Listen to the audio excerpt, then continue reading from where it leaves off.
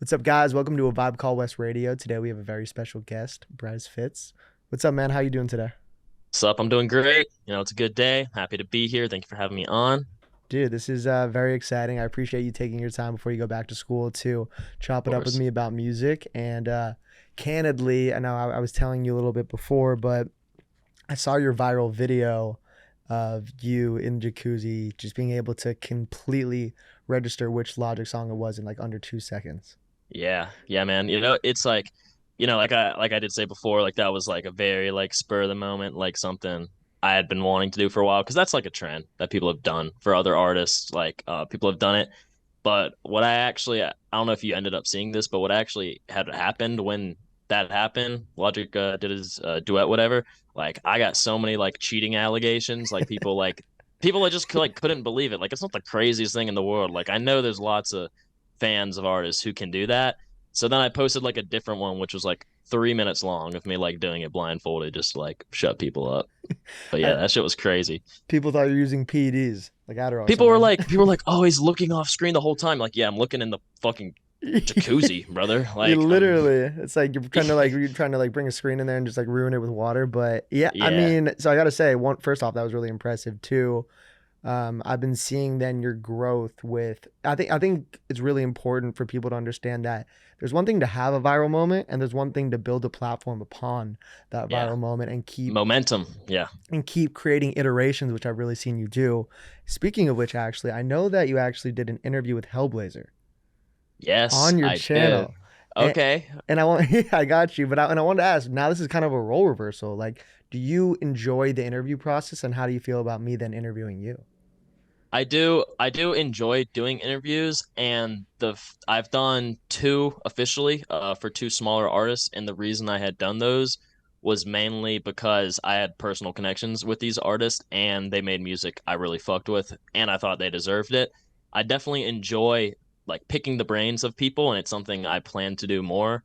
I don't really have like an angle with it the way I know you don't either. You're just kind of doing it like just because you want to. And I know with interviewing, especially on the internet, it can always be like almost a balancing game of like who's benefiting more from having who on. There's lots of like politics there, but it's just like at this moment, it's like I just want to talk about music. You know what I'm saying? Like that's all it is for me. Yeah. But I'm enjoying I've been interviewed once before actually, and I had a lot of fun with it. So I'm excited to see how this goes. Well, I promise you, we're gonna try and make that trend keep happening with you having fun on interviews. And I think I love the way that you positioned it. Like, you knew the artist personally, you love their music, and you love talking about music. Like that's so pure, Yeah.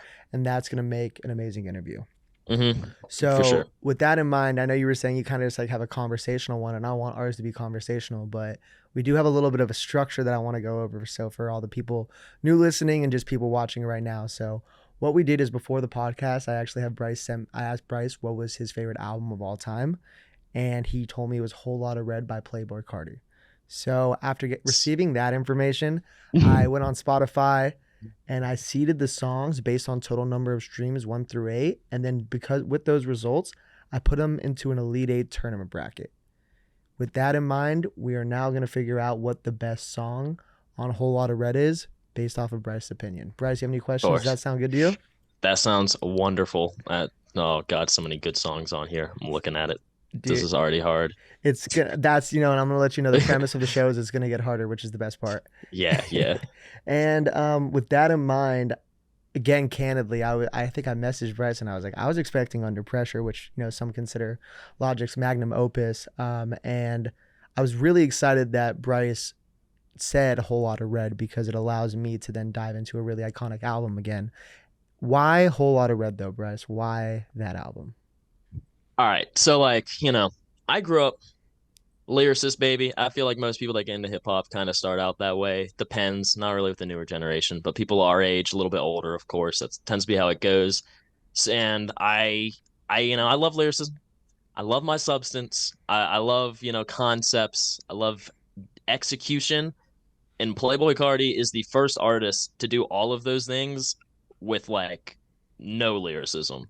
And there's something about that that is really artistic. Like I know it's like kind of like halfway a joke for people to like say Whole Lotta Red's like the greatest whatever of all time. Like I get it, but like for real, like I have never listened to an album more than that in my life. Like it makes you feel something from like the instrumentation to like the vocal inflections and the emotions coming through his voice. And I'm not just talking about like the aggressive tracks, just all the way through. It's a really diverse album. Like it really is. I know like the louder tracks get the most popularity, that's what it's known for, but like it's a fucking really diverse album. And there's just something about it that has grasped me for 3 years now, and I just want more, and I can't have It's it. tough. I know he's really dangling the carrot for you guys and the Cardi fans.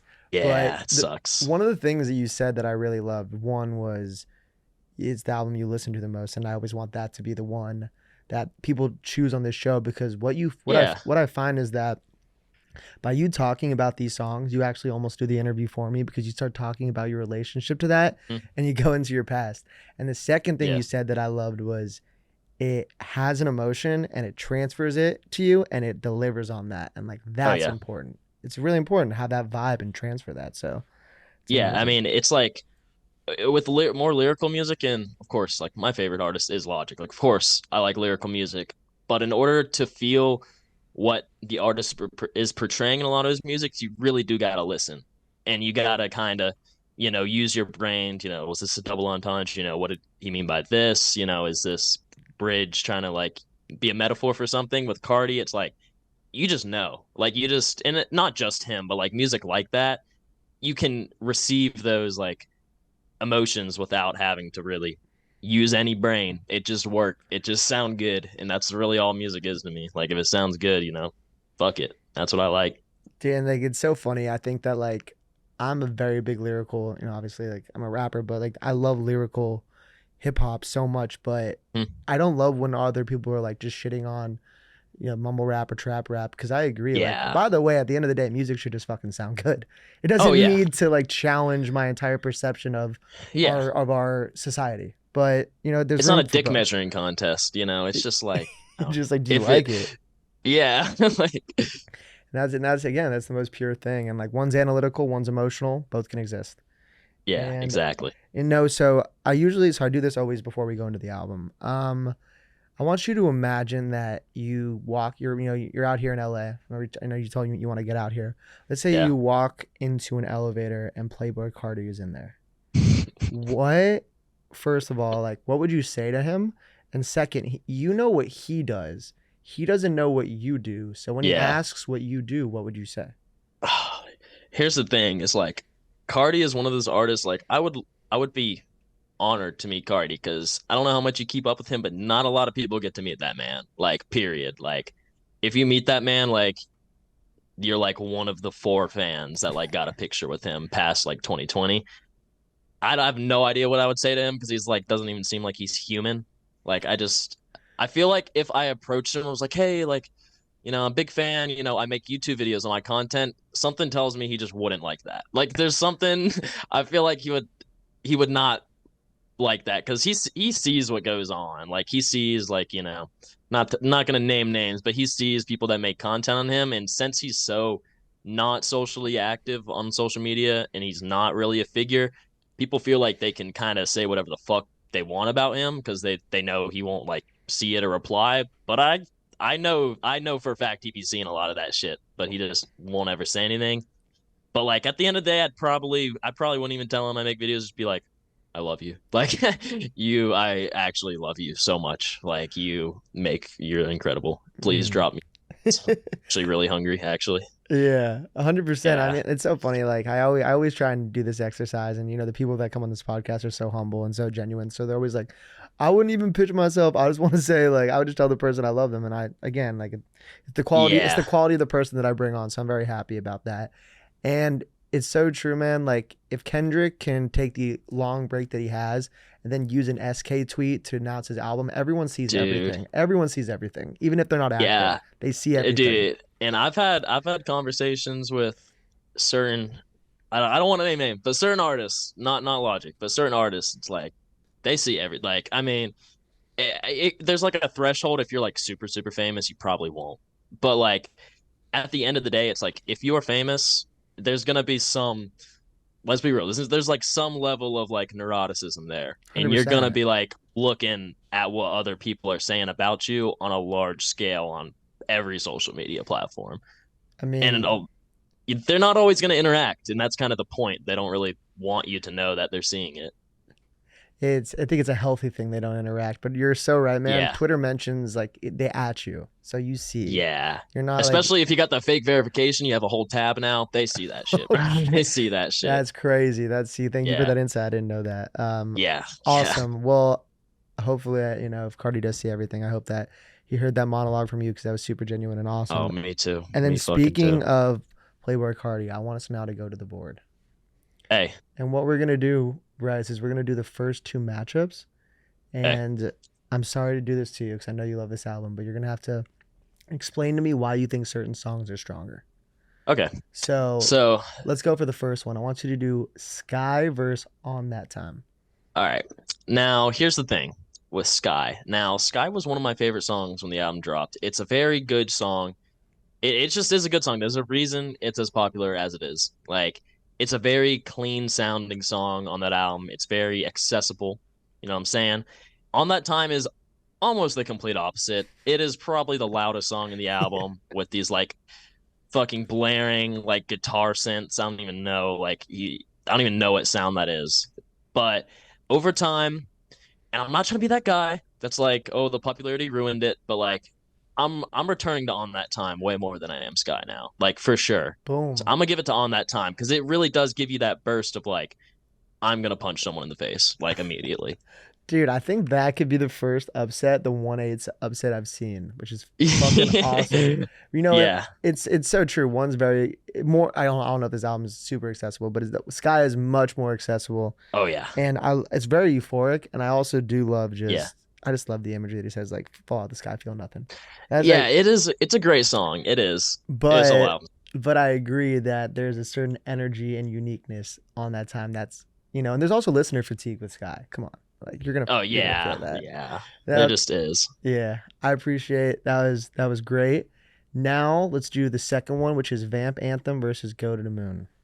Right now, "Go to the Moon" featuring Kanye West. Uh, Yeah. it's a song. I really do like it. However, everyone does have the arguments that that song's unfinished. There really is no beat drop, but the structure of the album, Rockstar made first track, Go to the Moon, and then it goes straight into Stop Breathing. And listening to Go to the Moon and Stop Breathing, I know Stop Breathing's on here. I'm not gonna count it, but like you're supposed to listen to Go to the Moon and then Stop Breathing right after. You're just supposed to. So Go to the Moon standalone isn't really gonna touch Vamp Anthem for me because Vamp Anthem it just has that. I don't care if it's cliche at this point, but that fucking Dracula synth like sample from like literally like 1700 or whatever he got it cleared. I don't know how he did that, but it's got to be Vamp Anthem. I mean, he's the King Vamp. I mean, what the hell else do you want me to see? He's the King Vamp. It's got to be Vamp Anthem. It's got Dude, to be. there's also so much power when a name completely encapsulates what the song fucking sounds like. Like that's Yeah, it's the Vamp. perfect. That's it. It's the Vamp Anthem. I mean, there's no other title that you could give that song.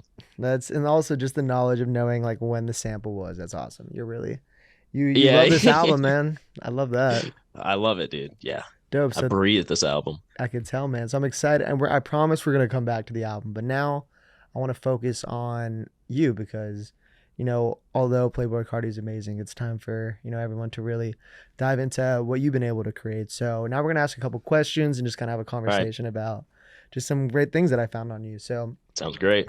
first of all, I love the entrepreneurial nature of content creation and the bold move to create a YouTube channel centered around your passion for music.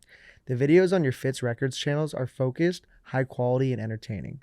Taking that leap into creating your own videos, though, is daunting at first. So I wanted to ask, what's the biggest learning curve you found with making YouTube videos? And what advice would you give a young kid who's looking to start a YouTube channel centered around music? All right, so I'm gonna try to tackle this in pieces. So, starting the channel was daunting. It was something I'd been meaning to do for about 3 years, and I couldn't like build up the courage to do so. Finally did. I learned that talking to a camera sucks if you're not used to it. Editing sucks if you don't know how to do it. You got to teach yourself or something. And if you're broke, it also sucks because you don't have money for equipment and it's just going to hinder everything else. But I will say, you will never be able to get over any of those three things if you don't try. Hmm. If you don't, you have to like, I don't want to say embarrass yourself, even if I feel like I did in some of my earlier videos, but you have to put yourself out there and you have to create a shitty video so your next one can be better. And Totally. then that shitty one will get better. You have to like keep improving on that. And if you're a kid out there and you want to make content on something, the best time to do it was yesterday. So you need to do it like immediately. The internet's growing at an alarming rate. I mean, you should also like even outside of content creation, like don't put your eggs in one basket. Like you gotta create multiple social medias across platforms. Even if you're recycling the same content, who cares? It'll pick up where it needs to be at some places. But yeah, man, it's hard. And it's definitely something that I feel like I will never master. I feel like you just can keep making content forever. Like you'll never master it. You'll always be able to get better no matter what. And that's kind of something that keeps me going because it's like I love creating. Like I really do. And I love getting better at it. And I know every time I do get better at it, the results are going to be greater. And that's pretty much been the case so far. And I feel like for a lot of people, that will be the case, but you'll never get there if you don't make that first shitty video. Dude, I could not agree more. First of all, I hope everyone like really heard that because I was actually talking with Andrew Zarella, he's producer on this podcast, one of my really good friends, business Mm, partner, everything. yeah, I know you yeah. know him. He's the man. Yeah, I do. Yeah, I've spoken with them a few One times. Yeah. Yeah, one of the things that we just always talk about is like just do it because make Yeah. just make that first mistake. Like when we were first doing the podcast, it's completely different than what it is now. The mics were literally in front of my face, like it looked horrible. But if I never did that, I would still be sitting here being like, man, I got to make everything look perfect in the beginning, and Oh yeah, you yeah. learn so much faster that way, and that was amazing. And also, like, it's so true. Like, you have to teach yourself a new skill. How did you learn how to edit? YouTube? I downloaded the free software. I don't know if you've heard of it. It's called Shotcut. It's free Hmm. editing software. And I just like all I knew was like split video, cut. I was kind of it's relatively like easy to like kind of figure out certain things with editing. And like whenever I would reach something where I didn't know how to do it or I wanted to know how to do something, I would just Google how to do this on Shotcut, watch a YouTube video, read an article, and just doing that like over and over again for whatever many things I've wanted to do. Eventually you'll just learn it. Like It's a I feel muscle. like it's if I switched over to like Adobe, I probably wouldn't know what the hell to do or something. Like I feel like you gotta stick with a program to an extent. 100%. It's like when, even if someone starts off in Fruity Loops and then tries to go to Ableton, it's like although it's like Yeah. it's the same language, just maybe different accents, It's just Yeah. It's it's something different. crazy. Something different, Yeah. man. So I just again I love the again it's entrepreneurial what you're doing, like creating content and building these brands Yeah, and man. and I'm trying. diversifying on different platforms. You cannot be a Mhm. one trick pony right now because everyone has Oh. the accessibility to learn anything. So Yeah. kudos to you with that. And and what I'll say also about keeping your eggs not in one basket. One thing I have noticed is from having steady growth on pretty much all social medias, like none of them are crazy big at all, but it's like steady growth on all of them. It really does help because I get so many comments on each and every one of my social medias like, oh, are you the guy from Twitter? Are you the guy from TikTok? Are you the guy from Instagram? Are you the guy from wherever? Like it literally helps so much. Like people will recognize your face and name if you're on Hmm. multiple platforms and they see it on a different platform, like for sure. And you actually made that a video about your journey, and you were like, I know a lot of people know the name, but they don't know the face. So I love that you said that. Yep. That was a great Yep. video. And then kind of keeping on the pace of just content creation, from the needle drop to Sean C and NFR, there's so much passion and incredible content being created for internet consumption based around music. How important are these tastemakers in influencing the youngest generation perception of certain artists? Like, for example, do you believe these channels can make or break the rollout of an album? 100%. I do a lot, especially Fantano, especially. Hmm. Um, but I will say the internet, and you know this. I feel like anyone who's been on the internet for a while knows this. The internet is mob mentality. It is. It's groupthink. And if these, creators are shitting on something, then it's going to shift it one way regardless. However, I will say I feel like people are almost growing up to a point to where they're stopping caring as much, Hmm. which is why in on my content, I don't really do that many opinionated videos apart from the tier list because it's like I, I feel like in this day and age, it's like people are I might be wrong and I could see why someone would disagree with this, but I feel like people are learning to enjoy what they enjoy because there's especially in hip hop and like the underground, which is really what I'm in, there's so many artists. There's a niche for everything, and a lot of those artists aren't getting like wide coverage by these people. And I feel like people are learning to actually appreciate art for themselves. And if Fantano does shit on an album that people in that niche fan base liked, it almost does the opposite effect and it wants people to like it more.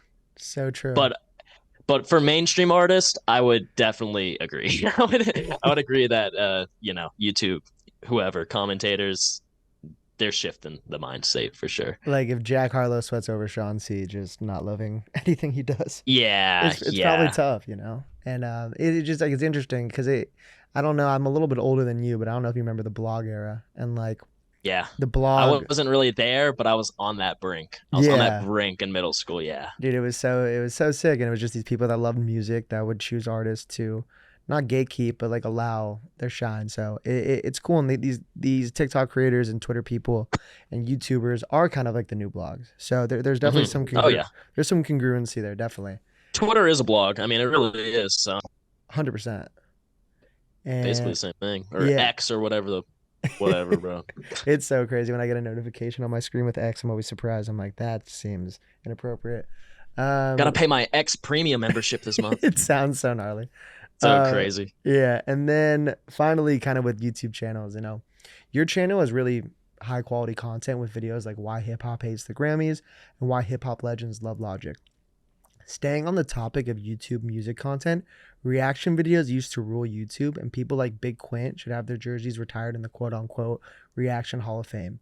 Do you have a favorite reaction moment, and which song's first reaction would have gotten the best reaction out of you if the cameras were on?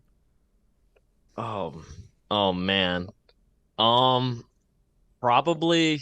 Oh, I gotta think about this because I've okay. So I'll start out saying I've wanted to do reaction content. I have on my channel before, but I'm really scared of copyright, so I'm probably not gonna ever actually do that. But my favorite reaction moment, it's gotta be like I don't want to say it just because it's recent and it's gonna be cliche just because Cardi, but like when I heard Cardi on Fiend on Utopia, it was great. It was wonderful because it was like we had a listening party. Like I went over to my friend's house with a couple of my other friends. We were like, all right, no phones, like no phones allowed, because I know Circus Maximus, like the film had come out earlier. There were spoilers, and like hearing Cardi come in with like a crazy deep voice, which is something that the fans have known he's been doing for like 2 years, but this is the first time he's done it like on an official release that wasn't a leak or anything. It honestly had me fucking crazy. Like, just it honestly had me like, yeah. There was like some clip of some kid listening to it for the first time, and it was like really cringe. But looking back, yeah, that was probably me. That was Mhm. probably me in that moment. Didn't you also eat a sock because of that? I did eat a sock. Yeah, I did do that. Which was a nice little moment for me as well. I It love was that. probably worth it. Yeah, it Dude, was worth it was awesome. It's like that's just like that's what the community needs is just passionate people loving what they it. do. That was awesome. I know Andrew actually sent me that. Shout out Andrew. Um, Yeah, Logic had to call me mid sock eatage to tell dude, me to stop. Yeah. that's crazy. But keeping now, we're gonna like kind of transition into the realm of hip hop Twitter. I know we're just going from um, one platform to the other. And I know you're very aware of that, and you're very active on that. As I love following you on that. Yes. You're what's it called? Hip hop Twitter is both an oasis and cesspool for music opinions, as we both know. Like while albums like To Pimp a Butterfly are put on pedestals, even the mention of the big day will create a stream of memes and visceral hatred in the comments. So, is there an album that you have a strong love for that hip hop Twitter absolutely bashes? And how would you go about defending your opinion in the comments against the mob? All right. So I like how you said that comments against the mob because going back to what I was saying about groupthink mob mentality, Exactly. That's Twitter. That's literally Twitter. And there are like these like you said, Pimp a Butterfly, oh my beautiful dark twisted fantasy. Like there are these albums that people hold to such a high standard. And do you know what a topster is? No, I actually don't. What is it? Okay, so it's something that people have been doing. It's like a website, but Mm-hmm. people have been doing this for a long time. But it really started to pop off in 2020 on hip hop Twitter. And essentially, you just go on it and you can type in any album name and put a picture on it. And they call it a topster because those are like your top albums. You're supposed to order it from your favorite albums of all time, and it goes down. Mm. It's like 40 albums, I think. It's something like that. So in 2020, which is when I started joining hip hop Twitter, there was this huge culture, this huge topster culture. Everyone had their topsters, they're pinned. Everyone was posting an updated topster every month, whatever, doing their monthly topsters. And that culture literally like breeded exactly what you're talking about with like my beautiful dark twisted fantasy. Like they were like it got to a point because people don't really do it now because it's looked at a certain way where people would like literally have like the exact same albums, all of their topsters, like the most like hype beast ass, like Death Grips, like the Money Store, like Fantano albums and Yeah. their top whatever. And I've noticed that that has definitely slowed down nowadays. People are more open with what they like. But as far as an album that I wish Twitter or just like the mob would enjoy more is, and I understand this is a lot of like hip hop Twitter. Let's be real, traditionally suburban folk, it just is what it It's is. true. And there's a lot of like more street rappers who are honestly huge, that don't really get love on Twitter because of that fact. Mm-hmm. And I know your question was about a specific album, but I'm gonna kind of you answer it as I wish all subgenres of hip hop and music in general, but we're talking about hip hop Twitter here, could really get appreciated rather than it's really like the mainstream. It's like, up and coming artists that are kind of bubbling, who aren't independent, and like the underground, which is like the new wave, like SoundCloud type era. But I've been listening to a lot of YTB Fat lately, like Fat Trail, like just more, and these artists are popular in their local areas rather than like on the internet. That's why they're popular and that's why Twitter doesn't talk about them. But show some more love to your local artists. i'll Mm-hmm. say I'll say fuck it, Fat Trail's new album, Nightmare on E Street 2. It's one of my favorite albums this year. That's my answer to that, I guess. Well, I'm gonna listen to that right after this podcast. That's awesome. Shit's hard. I love that. I was in the album trailer for that as well. No bias, but yeah, shit's That's hard. so sick. I mean, just the way that you're able to build relationships with artists is that's gonna yield crazy dividends down the road. Straight up. Yeah, yeah. And I love, first off, that was an amazing fucking answer. That wasn't just like, that was so nuanced and just appreciative of so many different things, first off. So with Thank that you. in mind though, I want to keep on that I want to keep that thread for 1 second. So again, I love how just you gave so much shine to these niche audiences and finding artists that are just bubbling and or not in the mainstream. So I want to ask though, where do you find these niche artists? Because they are kind of hidden and it's great to find them. But where do you go about finding them? Which platforms? So, the answer is still Twitter, but it's like this is how it goes. All right. I'm 21. Any 15-year-old in America who's into hip hop is going to be infinitely more hip to me and what's coming out. That just is the way it works. So, SoundCloud, these artists upload on SoundCloud. Okay. They're on SoundCloud in their local area. They get popularity however they may through their local area. And then a lot of the time, excuse me, their name gets out there honestly through like Discord communities, like underground rap community, huge in Discord. I'm not really in Discord like that apart from like my own Discord and Logic Discord. And then from Discord, it tends to kind of filter into Twitter. And that's where I end up grabbing it. I end up being late on a lot of artists, like a year or so late.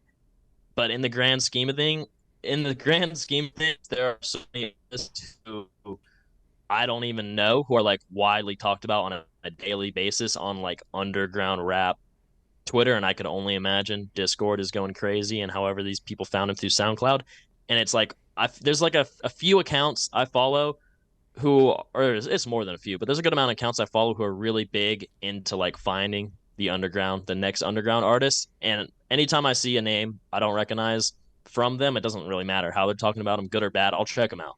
Like, Hmm. I have no problem with checking out a random ass like name I've never heard of because I to an extent it's like I trust these people's that I follow their taste because they do have decent platforms, these people, so I trust their ear enough to know that if they're talking about them, they might be next up. Like, and it doesn't really matter if they're next up, but at the same time, it's like I want to be on that before it happens, and I want to support while I can. Hmm. So it's all about finding the right people to follow on certain social medias who are going to keep people up to date, and that's kind of what I'm trying to do, but to a lesser extent as I do talk about mainstream artists a lot. I'm more so talking about people that really focus on the underground Hmm. themselves. Yeah, I mean, like it's so interesting now that I'm hearing it from just an influencer in the space and just a content creator in the space. It really does sound like a blog. Like you're saying that there's Yeah, tastemakers that I it is. trust to introduce me to people that Yeah. they have deemed a certain quality, and then you trust them. So it's an amazing relationship. That isn't. Maybe it's just like with the person or the platform or just the server on Discord. Like that's really interesting to see, and I Hmm. think probably a lot of people would agree with that. And Yeah. then moving on, but staying on Twitter, Tyler the Creator is on record saying that hip hop Twitter nerds tend to idolize albums that were released decades before they were even born. Tyler believes that young Twitter users stating a 90s album is their favorite of all time comes off a bit inauthentic and is trying to give them basically a safe pick to sound more knowledgeable than someone else. Do you think that there's a sect of users who fake love classic albums just so they feel superior to other people? 100,000%, bro. 100%. Especially like I was saying earlier, during that 2020 era with the Topsters, everyone was Fantano, Corin, their 10 out of 10 albums, and that especially. I will say I don't 100% agree with what Tyler's saying. How these people, and I don't really know if he meant this, but like how these younger people can't enjoy an older album. I like that can't be their favorite. But to an extent, you didn't live through that album at the same time, but I still feel like you can like old music that really could be your favorite.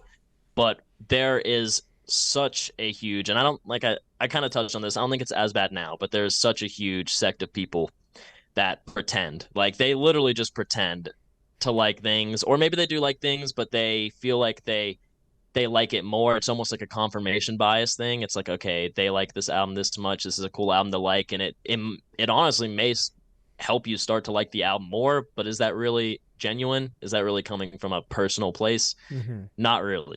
Which is why I'm just like, let's be real here, bro.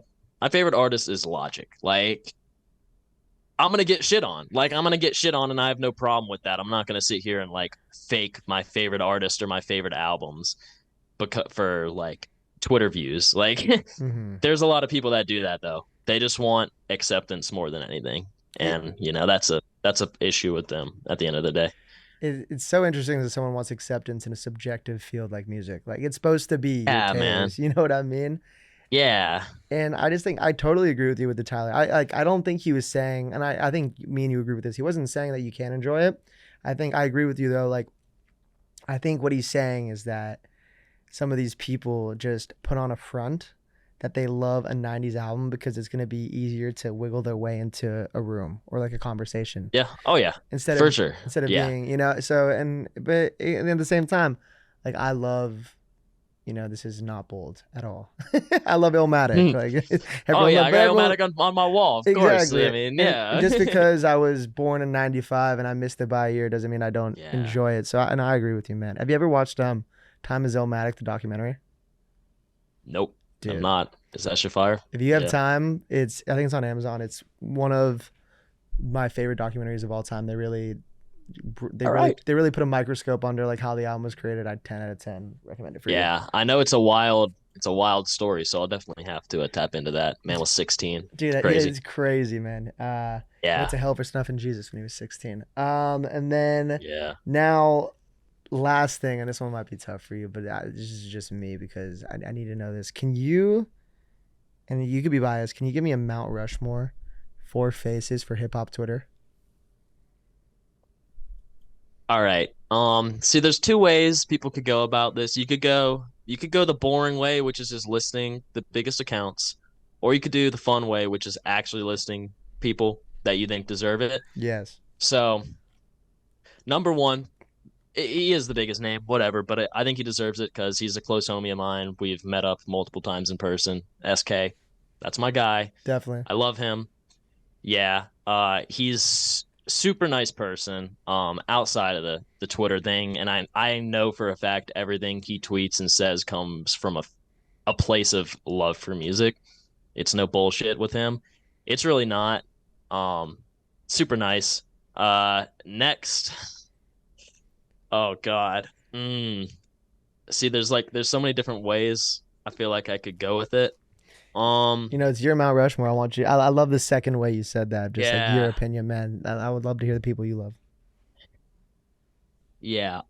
Um, I know they're not as hip hop Twitter, they're more YouTube, but they do hip hop Twitter. I'll say NFR. I know they're big as well. Also, close people, close friends of mine who I also know do it from the heart, and I really, really appreciate the way they've injected themselves into the content game. I mean, me and them, we were following each other when we had like a few hundred followers, and they saw a window of opportunity to come into this niche of what they've been doing on across all platforms, and they took it for themselves. And I don't think anyone can touch their type of content for years because of that. Like they're the ones. Like they are the ones.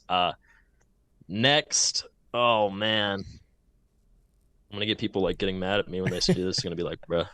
Don't kill Like, him, man. I'm the one doing it to him. I'm sorry that yeah. I'm putting him on the Okay. spot. Third, third, I'll say my guy Zach Woast Hip Hop. Not sure if you're familiar with him. He is around 18 or so, okay, something like that. Um, Super genuine dude. He is someone who, like I was talking about earlier, he will show attention to the street rap a lot on his account. And a lot of that's because he's from Memphis. And like I said, a lot of these street rappers are popular in their local area rather than the internet. But he definitely takes the time to put his own city on. There's lots of stuff coming out of Memphis that is hard as fuck that really does not get attention on the internet the way it should. And I wholeheartedly appreciate him actually going in to like, because I don't know, for an artist, I feel bad if you're like only popular local. Like, of course, you can do shows, you can do club appearances and make your money, like, fine.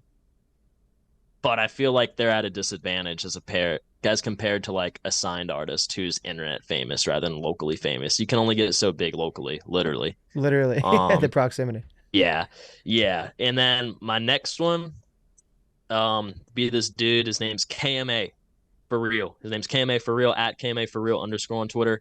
He's just a super like smart dude. Like he knows so much. Like he knows so much about underground, mainstream, whatever, and he's not afraid to like put his opinion out there. And that's one of those people who I go to about tastemaking. Like if they're talking about artists I'm not heard of, I'm gonna listen to them. That's my dude for the underground for real. Super nice guy as well. So yeah, I think we got SK, NFR, Woast Hip Hop, KMA. Those are my guys. That's my Mount Rushmore for Well, real. thank you for doing that, man. I know So SK, that and I took me know, a while to answer. Yeah, dude. I took mean, me a like, while to I answer. I'm sorry. appreciate that. You didn't just you. It was thought provoking, and you went through the steps, man. So I Yeah, really appreciate that. First of all, yeah, NFR is seeing their rise was truly incredible, and you're so right. it's Just crazy, dude. it's so It's authentic. their rise is crazy. Yeah, Well, their I've videos never are seen anything like. well, their videos are like the most perfect. They just like the distribution of them on TikTok and YouTube Shorts. It's perfect. It's made for that. It's Dude. perfect. Yeah, he is. They're both there. It's four guys, but all of them are so smart. They all know what they're doing. Dude, they're great guys. That's awesome that you know them too, and I'm really excited to check out the two. Again, one of the best parts of this podcast, I learned so much about a space that I love. I'm gonna check out the two people. Thank you for saying their handles in there. We will also tag them Yes, in the yes, episode. Awesome. And then I'd be remiss not to ask about the relationship with Logic of because course. that's how I found you. And I want to say though, I'm a massive Logic fan. I've read his book twice. When I was I'm a little bit older than you. In 2011, I went on This Song Is Sick, and the front page of the website was Maryland rapper Logic. It's crazy. I remember this. Maryland rapper drops mixtape, album level mixtape with incredible lyricism. I'm like 14. I'm like, all right, like I've never even heard of this guy. The album cover looks cool. Downloaded on that blog. It was a premiere on that blog. Downloaded it, looked at the track list. I just like didn't listen to music how I do now. I don't listen to it like all the way through. I saw the song Shine On. Yeah. I liked the name of the song Shine On, and I've been a fan since that day in October. Yeah. Like I remember Yeah, it man. so perfectly. And then I know you met him in person now and you've had conversations with him in person. And I want to ask, what was that? You don't have to like tell me what the conversation was about, but what was it like meeting him in person? And does his positive and endearing aura online transfer to the conversation in person? Yeah. So when I had met Logic in person, I think we had both felt like we already knew each other because we did have we've played games before, we've interacted a ton, we've talked before online.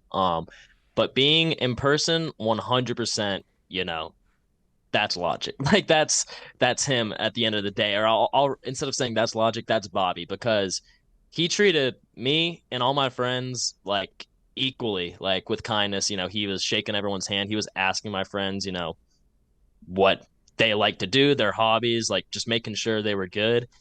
And he was super welcoming, super like it wasn't awkward at all. If like, my friends maybe they were like a little bit nervous, but he made sure just to like joke with them. And of course, I'm not gonna sit here and pretend like Logic's like my best bud or anything, I talk to him however often I do, however infrequently whenever he's available. And every time it's always been nothing but love. And he gets I don't want to say he gets comfortable with people quickly, but he's not afraid to like mess around with you. Like if he knows you, like he's definitely a big troll, and he's a very wholesome troll, I'll say, because he just I don't know, it feels like he treats everyone equally. Like, and from being, especially, I don't know if you're aware of this Discord he has going on now, Hmm. seeing him interact with all types of fans like live, he really does like love his fans. Like he really does take the time to learn your name, learn what you like to do, learn things about you, and he will remember it next time he talks with you. And there's all types of like inside jokes and memes that go on in that Discord about certain users and the interactions they've had with Logic. Like there's this one guy who like was like begging Logic to drop a song, and he was like, "Man, why you always begging me to drop a song? Why don't you go like fix my I don't even know. He's like, fix my light bulb or something, you electrician." And it's like just a joke that he's an electrician. I don't. It's Yeah, just like little yeah. things like that. He's extremely funny guy. He's Hmm. super nice, super welcoming. He's shown me nothing but love. He's given me thousands of dollars worth of shit for free just because he wanted to, and that I can never like repay that back. So I mean, first of all, I think it's one, you know, even though we're just like really meeting, you're a very genuine, authentic, nice guy. So I would imagine you guys would fall into rapport very easily and be able yeah, to kind of go back and forth. And I don't care what anyone says about, obviously there's people on the internet that we've talked about with Logic. The way that he handles his relationship with his fans needs to be studied by like college courses because it has created this community of people that through rain or shine, sickness or health will support him. And like that is so powerful beyond yep. what anyone says. So I love that you echoed that he does that in the Discord server. Oh yeah, 100%. I mean, it's a family. Like in the most like true aspect is like I've been in, or I'll say I've been in it, and I've been outside of viewing inside of certain fan bases who have like these huge like cult followings, like especially like Juice World. That's a big one. Eminem, that's another big one. Stuff like these, it's like these people in those communities, a lot of the time, it's about competition. It's about, who can be the bigger fan page, who can post this first, who can get the exclusive information, who's going to get noticed more. But in Logic's fan base, it's like you are my brother or my sister. It's like we're going to sit here and talk about the things we love, not even related to music. And that's pretty much it. It's like I've never seen, and I've been in this fan base for a long time, the same way you have. Like I've never seen like drama or like beef inside the fan base through like some of the more prominent members. That's just like never happened. Mm-hmm. And it's because of the message that Logic has portrayed through his personality, through whether it be through music, interviews. I mean, you're gonna attract what you're gonna put out, and his fan base is the best, man. Like I'm just be real, It's like so true. there's I've made some people that I'm probably going to be friends with for the rest of my life just through being a fan of Logic's music. It's amazing, man. Dude, you took the words out of my mouth. You beat me to it, but I love that. It start if the roots of something are pure and good, the tree is gonna Yep. be great. If it starts off and the Uh-huh. person, if the person that it's about is amazing, I think the people that congregate around it are gonna be amazing. So Yeah, I for sure. totally echo that. And, there's certain artists that become a part of a young person's growth and maturity, and those artists become formative parts of their personality. Why do you think music is so important during your teenage years? And at what moment did you join the Rat Pack and become an all unapologetic Logic fan? So I got into music, let's see, it was probably around like 2012 or something. And I think it's at least for me, it was so important to have that outlet because I was very introverted as a kid. I had my close, circle of friends and I liked hanging out with them, but I was very much trying to figure myself out and just being able to it sounds like wasting time now when you're older, but when you're a kid, I feel like when you're wasting time, you're not really wasting time. If you're playing games, you're listening to music, that is forming the person you're going to be. And music, especially, has formed the person I am like 100,000%. I don't think I'd be the person I am without Logic's music. I got into Logic in 2015, so it was a little bit after I started to get into music. I was more so into like Drake, Childish Gambino, ASAP Rocky. I was huge on before I found Logic, but once I found Logic in 2015, it really jump started my true love for music, and I started getting into other artists for like up until now. The obsession has not stopped since that. And like I said, just the message that Logic has portrayed throughout his interviews. It's like when you're young and you see someone like him and you think he's like the coolest motherfucker ever, and you see like how he treats other people or how he speaks, how you should treat other people and such through interviews, music, it makes you want to be that way. And there could be an argument being made that a lot of these kids are looking up to these you know, rappers who aren't the best role models. And to an extent, I don't really think that's an issue that maybe sound contradicting, but I think at the end of the day, a kid just wants someone to look up to who they think is cool. And as long as they're not like an absolutely horrible person, I think that's fine. I think Yeah. that's fine. Logic just happened to be more formative as far as my like moral compass goes, I guess you could say. I know so many people have, Logic always says like, treat the janitor how you would treat, the manager. President, yeah. Shake the hand of everyone in the room, and I totally agree. But first of all, for everyone listening, did he just say, "When your child wasting time's not wasting time"? That's a fucking bar. I love that line. That was great. That was sick. My face view. Katie Shit. shows it. I was like, damn, That's bro, funny. that's fucking awesome, man. It was a great. Grandview Ghostwriter. I mean, literally, man. That's the next top 10 hit. It's gonna be my next one. Dude, thank you, dude. First of all, you're very well spoken. So that was awesome to Thank you. thank you for letting me ask those questions. I now though want to go back to the board and allow you to kind of sweat choosing which song you like the most. So let's finish off the first round. I want you to do Okay. the third matchup, which I Love You, I Hate You versus Rockstar made. All right. This one's hard. These are like two of my favorites on the album. That next matchup's gonna suck, but I'll get to that, I guess. Rockstar Made is fucking aggressive, It's in your face. I will say, as far as the more abrasive songs on this album, it's not one of my favorites on there, which is probably gonna lean me towards I Love You, I Hate You. I Love You, I Hate You has that classic Pierre Bourne production. It is like that classic Cardi sound almost, but with the new higher pitched vocal inflection he was going for in some of these tracks. And that song is like you play it and it's like you're floating. Like you just are. There's something euphoric about that song, and I don't think I've ever heard a song quite like that. And I know it. There are other Cardi songs produced by Pierre that kind of sound like that song, but this is my favorite Pierre and Cardi collab. So I'm gonna give it to I Love You, I Hate You. That's why it moves on. That's actually my favorite beat on the project as well. Yeah, It's that's just it's beautiful, crazy. man. It like literally it's Yeah, just like you're floating. It's so euphoric. Awesome. So yeah. that was a great explanation for that one. Now let's go on to the hard one though. Yeah, no. Break it down for me. Oh, Stop Breathing versus New okay. Tank. So the crazy thing is that these are both in my top three for the album. Um, Sheesh. so I had on my channel, I had done a Playboy Cardi discography bracket with two of my friends, and it was all three of those albums, and it was a bracket.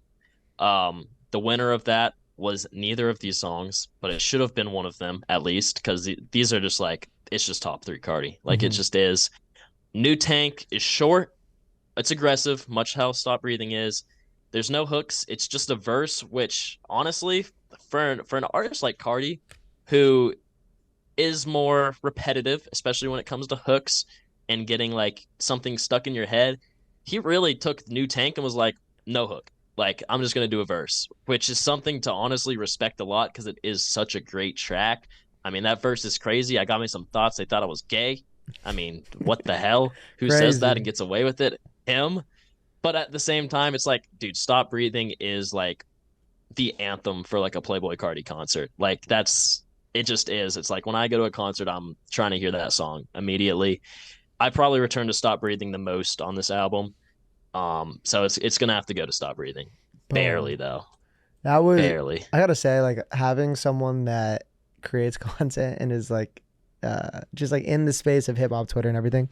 Your explanations for this are so thorough and great. It's like usually I have to try and probe. You're killing it right now. You're like you're explaining it to Yeah, me in such a yeah. good way.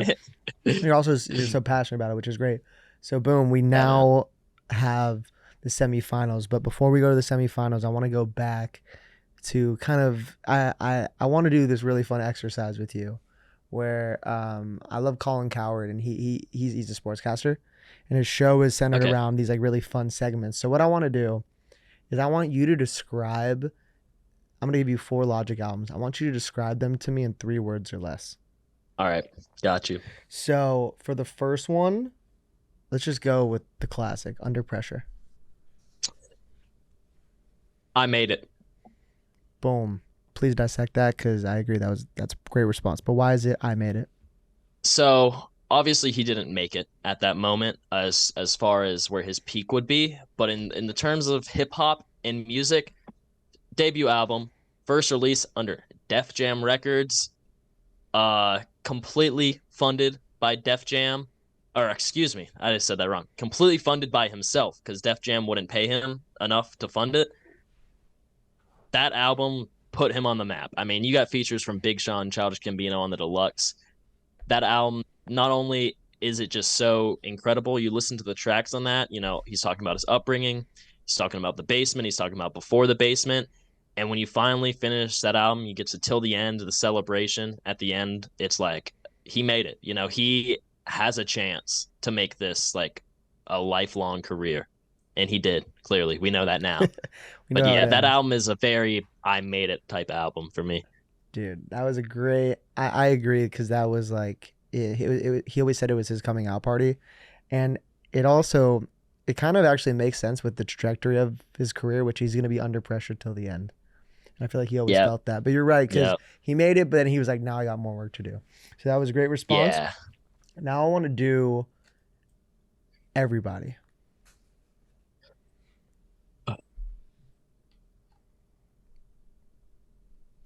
It's tough, by the way. I was like trying to do this Yeah, before. I was. There's like two ways I feel like I could approach it. Just go with your gut. Um, love everybody. I guess I know it's Yeah. cliche with the word everybody in there, but love everybody. I mean, you know the concept of the album, but for some of the people watching might not. He is rapping from the perspective of every single living person who had ever lived. I feel like I do have some issues with the execution of that concept, which I won't really get into. I still think it's a good album. But at the end of the day, that's an album about literally it's just about love. Like it's about loving people, it's about being kind, it's about not judging books by their covers, it's about stopping hate. It's about all those things. And I think as far as those themes go, it was executed very well. But I think the actual concept of the album, like I said, him living through however many people who lived wasn't executed as well, but it definitely got across the loving themes. I mean, you can see that through 1-800. I mean, come Hmm. on, biggest song ever. You know, Seriously. saved proven to save hundreds of lives. I mean, what's more beautiful than that? Literally the power of, I mean, like, dude, that's such a amazing sentiment. And like just like the Yeah. and like by the way, it's like the tangible data that's like the hotline had an Yeah. increase in calls, which is amazing. Yeah, and I agree, man. Everybody is a great album. First of all, it sold like what, like 250K or something. It was Dude, massive it was first a week lot. sales. Huge for him. His biggest first week sales of all time, I'm pretty sure. Yeah, and I was appreciative of it. It was ambitious as hell, and I was Yeah. appreciative that he did that. Awesome. And Yeah. then this is definitely a next part of his career, but no pressure. Mm. I found paradise. Mm, damn, and the Yeah. reference, dude. Please break it down. Why? Yeah. Okay. I mean, we know this was supposed to be his retirement album. It wasn't, but it was in a sense, I'll say. It was his retirement from the industry. We know that now. And even as a Logic fan, you probably knew this. We knew that Logic was tired of the industry, not the music, and he honestly made that pretty obvious throughout his career. Um, so when he did announce his retirement after No Pressure, I almost saw it coming in a way. I just didn't expect it to be so sudden after like a year hiatus from the internet.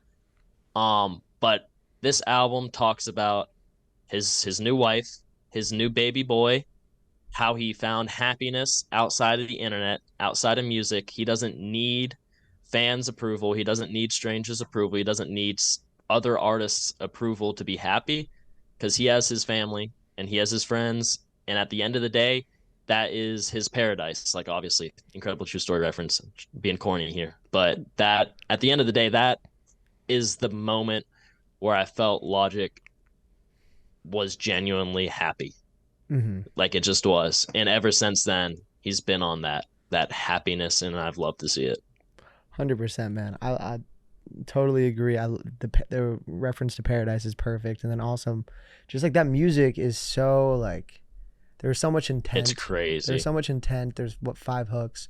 It's one of my favorite albums of all time. Yep. Actually, I have a very Same. special. I have a relationship with it personally. Hmm. It's amazing. And then finally, I wanted to just do one last one. I know it's your favorite mixtape of his, Young Sinatra, Undeniable. Oh my God. Um, true, gritty, and raw. Boom. I mean, there are some tracks on there. I mean, there's some deep cuts on there, like Dear God, where he's talking about how his mom almost choked him to death. And then you have other tracks like Disgusting with Castro, where you will hear like the coolest verse you've ever heard in your life ever over a classic instrumental. There is just something, it is raw. Like you can even tell listening to it. I know that it's old, but Logic definitely made some of these tracks sound a little more raw on purpose. Like as far as the vocal post effects on his Definitely. mic goes, there are certain tracks on there. I mean, there's classic instrumentals on there, which is why I say it's raw and gritty. I mean, I'm talking about No Biggie. Come on, it's that classic instrumental. I mean, I feel like Undeniable is like a the pinnacle of Logic, just rapping just because he can, but also there are some more mellow cuts in there. So there's like a 3 track stretch, which is a little bit more R&B, a little more like love focused. Yeah. But apart from that, it is like he's spitting. He is spitting on some of the most classic instrumentals out there. I mean, what else could you want from a mixtape? Dude, he was hungry as fuck on that. It's classic as classic gets. Incredibly. Yeah. Dope, man. So thank you for doing that exercise with me. I want to go back to the board now. Let's Right. go through the semifinal and then do the final. So Right. I love the upset. It's going to be On That Time versus Vamp Anthem. Oh, no, sorry about that. It's going to be On That Time versus Stop Breathing. Apologies. All right. Now I did go into detail about a little bit more of these tracks, but I'm gonna say right out the gate or right out the gate, I'm giving it Stop Breathing. I just am. They are both Boom. aggressive, but there's something about that ringing 808 in Stop Breathing. I mean, freaking Filthy is the best producer known to man. I don't know how he does it. It's Stop Breathing. It just is. It's got to be. I love that was quick. I love that, man. Thank you. Yeah. That was a great answer. Now let's do It's gonna be Vamp Anthem versus I Love You, I Hate You. Now, Vamp Anthem, I do like a lot because of just the image it portrays for Cardi, especially during that time where he was full vampired out. He's not as vampired out anymore. I don't even know what he's doing now. He's mysterious. He's a shadow being now. But at that time, I did enjoy Vamp Anthem a lot. Yeah, I felt like it was pretty funny, the fact that that song even exists. But if I'm comparing it to a song like I Love You, I Hate You, it's not quite getting there. It's just not. Vamp Anthem, I don't want to say it's a gimmick song because it's not. It's a good song, but it's almost to the point with me where I don't think it's aging as well as it should have, and I don't think that's Cardi's fault. I think he's literally just changing his aesthetic, and that's just kind of going to happen at that point. The sample also probably doesn't help as much with those feelings. So I'm gonna give it to I Love You, I Hate You. I love that you brought up the aging because like it's so true. Like that also is such a big aspect of how the album is perceived. Because I think like a classic takes about 5 years to know, and Yep, how I agree. that how the song ages is going to play into if it's a classic. And now, man, Yeah. we got to do this. It's gonna be the hardest one. Hopefully, I want you to do the finals of a Vibe Call West Radio. Bryce Fitts, I want you to tell me, man, is it Stop Breathing or is it I Love You, I Hate You?